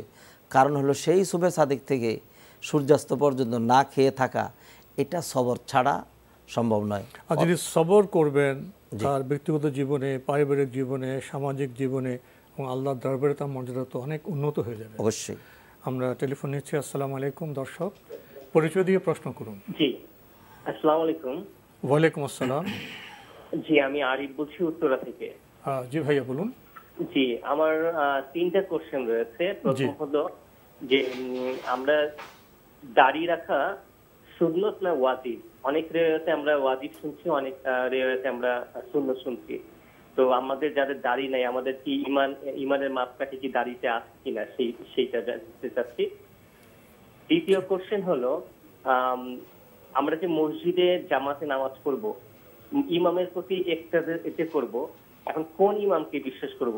ইউটিউবে যদি কোনো ব্যাপারে কোনো কিছু জানতে চাই, দেখি যে একটা কোশ্চেন, একটা মতামতের বিভিন্ন 4-5টা হুজুর বা উস্তাদি 4-5 ধরনের কথা বলছে। তাহলে আমরা কি আসলে মসজিদেই কি জামাতে পড়বো না একাই বাসায় পড়বো? আর 3 নম্বর কোশ্চেন হলো অনেক সময় অনেক ওয়াজে আমরা দেখি যে এক পাশে মহিলাদের ব্যবস্থা থেকে আরেক পাশে পুরুষদের, এবং রাসূলুল্লাহ সাল্লাল্লাহু আলাইহি ওয়াসাল্লাম আমলে নাকি এইভাবেই ওয়াজ হতো। রাসূলুল্লাহ সাল্লাল্লাহু আলাইহি ওয়াসাল্লাম মহিলাদেরকে সাথে নিয়ে ইসলামিক আলোচনা করতেন। তো এই ব্যাপারগুলো একটু পরিষ্কার করলে ভালো হয় হাদিসের আলোকে। ধন্যবাদ। ধন্যবাদ আপনাকে। আপনি অনেকগুলো গুরুত্বপূর্ণ প্রশ্ন করেছেন। প্রথম প্রশ্ন, দাড়ি রাখাটা এটাকে ওয়াজিব না সুন্নত? আল্লাহ রাসূল সাল্লাল্লাহু আলাইহি ওয়াসাল্লাম হাদিসের মধ্যে বলেছেন আফুল লুহা, তোমরা দাড়ি ছেড়ে দিবে। 4টি শব্দ হয়েছে। আরেকটা হলো ইফাউল লোহা। লোহা মানে লেহিয়াতুনের বহুবচন, দাড়ি। অর্থাৎ তোমরা দাড়িকে ছেড়ে দিবে। যেহেতু এটি আমর বা নির্দেশসূচক শব্দ, এই জন্য উলামায়ে কেরাম বলেছেন যে দাড়ি রাখাটা ওয়াজিব। তবে প্রতিটা ওয়াজিবের ভিতরে কিন্তু সুন্নত রয়েছে। যেহেতু আল্লাহ রাসূল সাল্লাল্লাহু আলাইহি ওয়াসাল্লাম রেখেছেন নিজে, সুতরাং এটি সুন্নত। তবে শুধু সুন্নত নয়, ওয়াজিব প্লাস সুন্নত। মানে গুরুত্বের দিক থেকে এটা ওয়াজিব, গুরুত্বের দিক থেকে ওয়াজিব, রেখে দেওয়াটা সুন্নাত, রেখে দেওয়াটা সুন্নত। তো সুতরাং মানে শুধু সুন্নত বলা ঠিক হবে না, ওয়াজিব প্লাস সুন্নত, মানে নির্দেশমূলক। নির্দেশমূলক। সুতরাং আমাদের দাড়ি রাখা উচিত, আল্লাহর কাছে তৌফিক কামনা করা উচিত। আল্লাহ সুবহানাহু ওয়া তাআলা যদি মনটাকে ওরকম করে তৈরি করে দেন তাহলে দেখবেন দাড়ি রাখা সহজ হয়ে যাবে ইনশাআল্লাহ। আপনি আরেকটি প্রশ্ন করেছেন, ইউটিউবে বা বিভিন্ন জায়গায় দেখা যায় বিভিন্ন বিষয়ে ইমামদের মতো পার্থক্য, মতো বৈচিত্র্য লক্ষ্য করা যায়। তো উনি বলছেন তাহলে আমরা কোন ইমামের পেছনে নামাজ পড়ব? মত পার্থক্য এটা শুধুমাত্র যে এই উম্মতের মধ্যে এমন নয়, এটা আল্লাহ সুবহানাহু ওয়া তাআলা মানুষ যখন সৃষ্টি করেছেন, যেহেতু মানুষের মাইন্ড বিভিন্ন রকম, এই জন্য তাদের চিন্তা চেতনাও ভিন্ন রকম, এবং আল্লাহ সুবহানাহু ওয়া তাআলা সকল মানুষের ব্রেইন মেধা এক সমান দিয়ে তৈরি করেননি। একটি কথাকে মানুষ বিভিন্নভাবে বুঝে থাকে। সুতরাং কোরআন হাদিস বুঝার ক্ষেত্রেও কিন্তু এরকম মানে বুঝের কিছু তারতম্য রয়েছে, ইখতিলাফ বা মতানৈক্য কিছু থাকবেই। এইটার কারণে যে আপনি জামাত ছেড়ে দিবেন অথবা কোনো ইমামের পিছনে সালাত আদায় করবেন না, ব্যাপারটি আচ্ছা। এখানে ইখতিলাফ প্রসঙ্গবোধক কয়েকটা মৌলিক বিষয়ে আমরা দৃষ্টি আকর্ষণ করতে পারি। ইসলামের যেটা আকীদা, ঈমানের বিষয়, ফরজ ওয়াজিব বিষয়, সেসব ক্ষেত্রে তো আমরা তেমন মতপার্থক্য নেই না। এখন মুস্তাহাব বিষয়ে, সুন্নত বিষয়ে গবেষণার তারতম্যের কারণে যে মতপার্থক্য হয়, আমরা কি এটা উপলব্ধি করব না? এসব বিষয়ে যদি আমি মতপার্থক্যের কারণে আলাদা আলাদা আমি আমল করি, আমার নামাজে ইবাদতের কোনো ক্ষতি হচ্ছে না, এবং ওইসব বিষয়গুলো প্রতিপালন না করলে আমার নামাজের ক্ষতি হচ্ছে না, ইবাদতের ক্ষতি হচ্ছে না। এই যে গুণগত পার্থক্যটা উপলব্ধি করলে বোধহয় এই বিষয়টা আমাদের কাছে অত বড় মনে হবে না বোধহয়। দেখুন, ওলামায়ে কেরাম যে সকল বিষয়ে একমত, আপনি প্রথম সেগুলো আমল শুরু করে দেন। যেমন সকল ওলামায়ে কেরাম একমত যে 5 ওয়াক্ত সালাত ফরজ। সকল ওলামায়ে কেরাম একমত যে মাদেরকে, মেয়েদেরকে, কন্যাদেরকে পর্দা করাতে হবে। আপনি এই কাজটা শুরু করে দেন। তাওহীদ, রিসালাত, আখিরাতে বিশ্বাস রাখতে হবে, বিশ্বাস রাখতে হবে, এই কাজগুলো সকল উলামায়ে কেরাম একমত। মতপার্থক্য নেই। সুদ খাওয়ার কোনো উপায় নেই, হারাম খাওয়ার কোনো উপায় নেই, এগুলো শুরু করে দেন। মানুষকে কষ্ট দেওয়া যাবে না, জুলুম করা যাবে না, একমত সবাই। উলামায়ে কেরামের যে বিভিন্ন রকম মতামত, এগুলি সুন্নত মুস্তাহাবের ক্ষেত্রে। আপনি যদি এগুলি নাও করেন কোনো সমস্যা নেই। আর পার্থক্য নিয়ে যদি আপনি মুসলিম উম্মাহর সদস্য থাকতে পারেন, অসুবিধা কোথায়? জি জি। কিন্তু জামাতে নামাজ পড়তে হবে, এটা কিন্তু সবাই একমত। সুতরাং আপনাকে জামাতে নামাজ পড়তে হবে। কিছু ছোটখাটো বিষয়ে, কিছু মুস্তাহাব বিষয়ে যে মত পার্থক্য, মত বৈচিত্র্য, এটা তো আমাদের স্কলাররা বলেন যে এটা তো কল্যাণকর। এখন এই মত পার্থক্য বা মত বৈচিত্র্য নিয়ে যদি আমরা ইফতারাক হয়ে যাই, বিচ্ছিন্ন হয়ে যাই, সেটা তো বড় গুনার কাজ হবে। জি। আপনি আরও প্রশ্ন করেছেন যে ওয়াজ মাহফিলে দেখা যায় কোথাও কোথাও পুরুষদের জন্য আলাদা ব্যবস্থা, মেয়েদের জন্য আলাদা ব্যবস্থা, এই ব্যবস্থা নাকি রাসূল সাল্লাল্লাহু আলাইহি ওয়াসাল্লামের সময়ও ছিল, এটা কি ঠিক? আল্লাহ রাসূল সাল্লাল্লাহু আলাইহি সাল্লামের জামানায় মহিলা এবং পুরুষরা একই মসজিদে, কোনো রকম পার্টিশন ছিল না। সামনে পুরুষরা দাঁড়াতেন, পিছনে মহিলারা দাঁড়াতেন, একসাথেই আল্লাহ রাসূলের খুতবা দিতেন, তারাও শুনতেন। এবং আল্লাহ রাসূল সাল্লাল্লাহু আলাইহি সাল্লাম কখনও মানে এক্সট্রা তাদেরকে বোঝানোর জন্য তিনি পুরুষদেরকে অতিক্রম করে মহিলাদের কাছে গিয়ে তিনি তাদেরকে বলতেন, ইয়া মাশারান নিসা তাসাদ্দাকনা, ও রমণীরা তোমরা বেশি করে দান সদকা করবে, ফাইন্নী উরিতুকুন্না আকসারা আহলিন নার। অতএব মহিলাদেরকে সহওয়াজ করা, এটা আল্লাহ রাসূল সাল্লাল্লাহু আলাইহি ওয়াসাল্লামের সুন্নত। আমাদের সমাজে মহিলাদেরকে আমরা সর্বত্র সকল সেক্টরে আমরা ইনক্লুড করেছি। শুধুমাত্র ধর্মীয় বিষয় যেখানে ধর্ম জানবে আমরা সেইখান থেকে মহিলাদেরকে দূরে রাখছি। এই কাজটি দূর করা উচিত। প্রতিটা মসজিদে মহিলাদের জন্য এখন নামাজের ব্যবস্থা করা উচিত। খুতবা শোনা, ওয়াজ শোনা, আলাদা ব্যবস্থাপনা থাকা দরকার। আমাদের বোনেরা যতক্ষণ পর্যন্ত দিনদার না হচ্ছে ততক্ষণ পর্যন্ত কিন্তু আমাদের দিনদারিতে পরিপক্কতা আসবে না, গৃহে শান্তি আসবে না, সন্তানরা সেভাবে বেড়ে উঠবে না। আমরা আরেকটি টেলিফোন নিচ্ছি। আসসালামু আলাইকুম। দর্শক, পরিচয় দিয়ে প্রশ্ন করুন। জি, হ্যালো, আসসালামু আলাইকুম ওয়া রাহমাতুল্লাহ। ওয়া আলাইকুম আসসালাম ওয়া রাহমাতুল্লাহ। জি, আমি নিয়ামুল বলছিলাম নওগাঁ থেকে আর কি। জি, বলুন। জি, আমার প্রশ্নটা হচ্ছে একটু কসর নামাজের বিষয় নিয়ে। জি। কসর নামাজের বিষয়টা এইভাবে জানতে চাচ্ছিলাম যে আমি আসলে আমার কর্মক্ষেত্রটা ধরেন রংপুর। এখন আমার বাসা মানে আমার ফ্যামিলি যেহেতু থাকে হচ্ছে নওগাঁতে, তো সপ্তাহে আসলে 5 দিন হয়তো আমাকে রংপুরে থাকতে হচ্ছে আর 3 দিন হয়তো আমি নওগাঁয় থাকছি। তা এখন সেই হিসাবে মানে যেখানেই থাকি সেখানে তো আমার মনে হয় কসর নামাজ হবে না। এক্ষেত্রে যদি আমি রাস্তায় যে অংশটা পড়ে, হয়তো কোনোদিন আমি আসর নামাজটা পড়ে গেল হয়তো রাস্তায়, বা জোহর নামাজটা হয়তো পড়ে গেল রাস্তায়, এক্ষেত্রে আমি কি রাস্তায় মানে অন দা ওয়ে যেটা আমার সেখানে কি আমি কসর করবো না অ্যাজ ইউজুয়াল রেগুলার যে নামাজটা সেটা পড়বো? প্রশ্ন বুঝতে পেরেছি, ধন্যবাদ আপনাকে। জি, কি বলবেন? সম্মানিত নিয়ামুল ভাই, একজন মানুষ কসর সালাত 2 জায়গায় পড়তে পারবে না। একটি হলো তার যেটি আদি নিবাস, নিজের বাড়ি, আরেকটি হলো তিনি তার পরিবার সহ যেখানে অবস্থান করেন। যেমন ধরুন কারো গ্রামের বাড়ি রংপুরে, কিন্তু তার ঢাকা শহরে ফ্যামিলি সহ থাকেন, মানে স্থায়ী ঠিকানা পারবেন না, অস্থায়ী ঠিকানা পারবেন না। এছাড়া তার কর্মক্ষেত্র যেখানে তিনি চাকরিতে যান সেটি যদি দৈনন্দিন তার বাড়ি থেকে সেখানে যায় এবং সেটি যদি সফরের দূরত্ব হয়, তাহলে রাস্তায় এবং তার যে কর্মক্ষেত্র যেখানে সেখানেও তিনি সপ্তাহে 5 দিন থাকলে 5 দিনই তিনি কসরের সালাত আদায় করতে পারবেন। আর এই কসরটা তো হলো যখন তিনি একাকী পড়ছেন।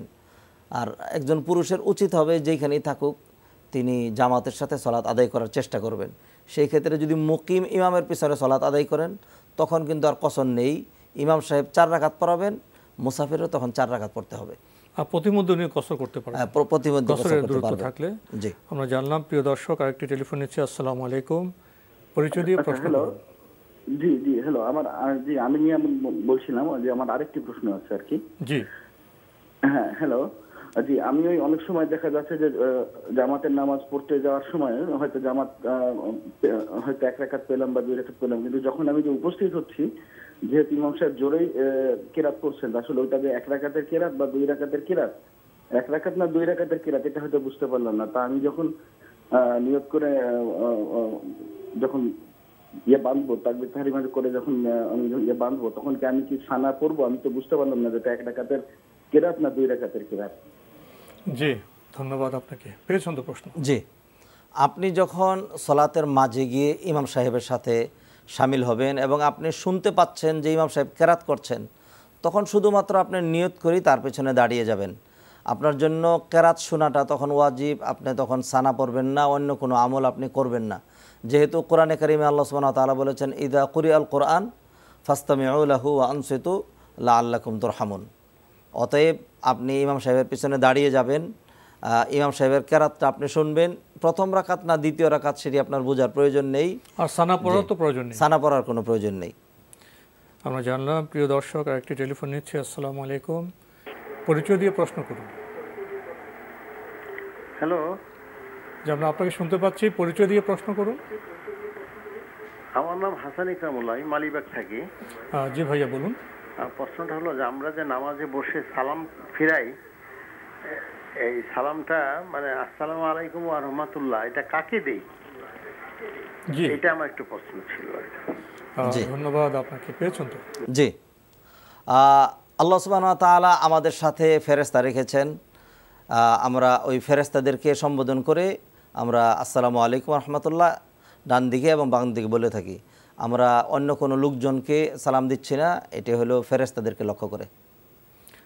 আমরা আরেকটি টেলিফোন নিচ্ছি। আসসালামু আলাইকুম, প্রিয় দর্শক, পরিচয় দিয়ে প্রশ্ন করুন। আমার নাম মোহাম্মদ রাহাত, ঢাকা থেকে বলতেছি। আমার মুখে তীব্র দুর্গন্ধ, হয়তো আমি তারাবির নামাজে পড়লে অনেক অস্বস্তি বোধ করে, এক্ষেত্রে কি করা যায়?